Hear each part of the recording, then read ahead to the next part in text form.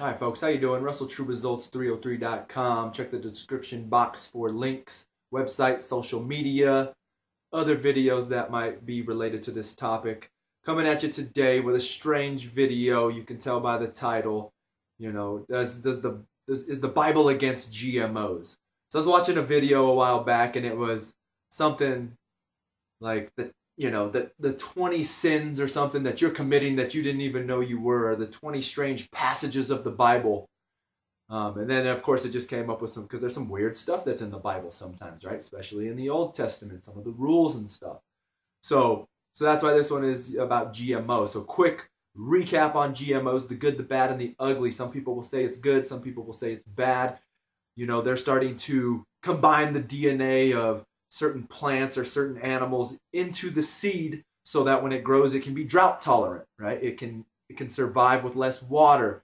So I guess some people will say that's a great thing because now we're able to, to plant crops in other areas of the world where we normally couldn't because of the environment. So now we can grow whatever plant in an area that doesn't receive much water because now this plant can withstand drought conditions.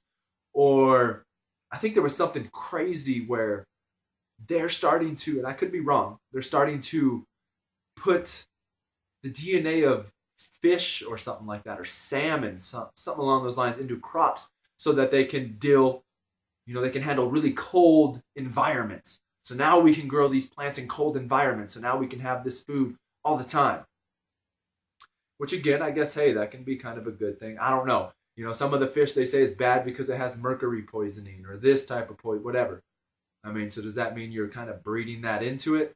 I don't know. Is that a good thing? It could be, right? I don't know. But the bad thing that they're doing is they're making these seeds and these plants, of course, they're making them pesticide resistant by injecting pesticides, Roundup, into the seed. So every time you're eating these genetically modified foods, which is most likely going to be processed foods, you're eating a little bit of pesticide every time. You're eating a little bit of Roundup every time you eat that. Now, in my opinion, that's horrible, but who knows? It's the same thing with the water. There's restrictions on city water where it says, well, it's okay for it to have this little bit of mercury in it, this little bit of fluoride in it, this little bit of poison in it. There's a tolerance, like, well, as long as we don't exceed this, it shouldn't have a negative effect on the body. Who knows, right? So, like I said, going back to the Bible, and I was reading through it, and it's Deuteronomy, of course, the old rules of the Old Testament, and I came across this one, so I just thought, something to throw out there for people's entertainment. Deuteronomy 22:9, you shall not sow your vineyard with a second kind of seed, or the yield will not be the yield will have to be forfeited, both the crop that you have sown and the yield of your vineyard. So it's pretty much saying you shouldn't even have two crops in the same field at the same time. Now, could that be because those crops can intermingle and intertwine with each other and contaminate the other? So it's almost in that case of you're playing God and you shouldn't be doing that type of thing. And somewhere in there, I didn't look into it, but it actually says you shouldn't put them in the same hole. So I mean, nowadays they're combining this fruit with that fruit to make some kumquat, whatever, I don't know what it is, but all these weird fruits. To me, it's just eat the first fruit and eat the second fruit. What does it really matter, right?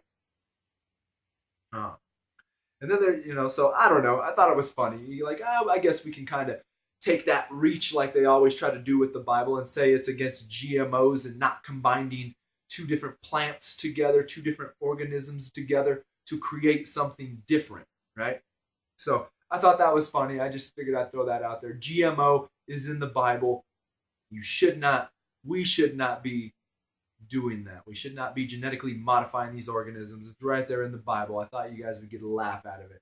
So once again, subscribe to the channel, share and like these videos.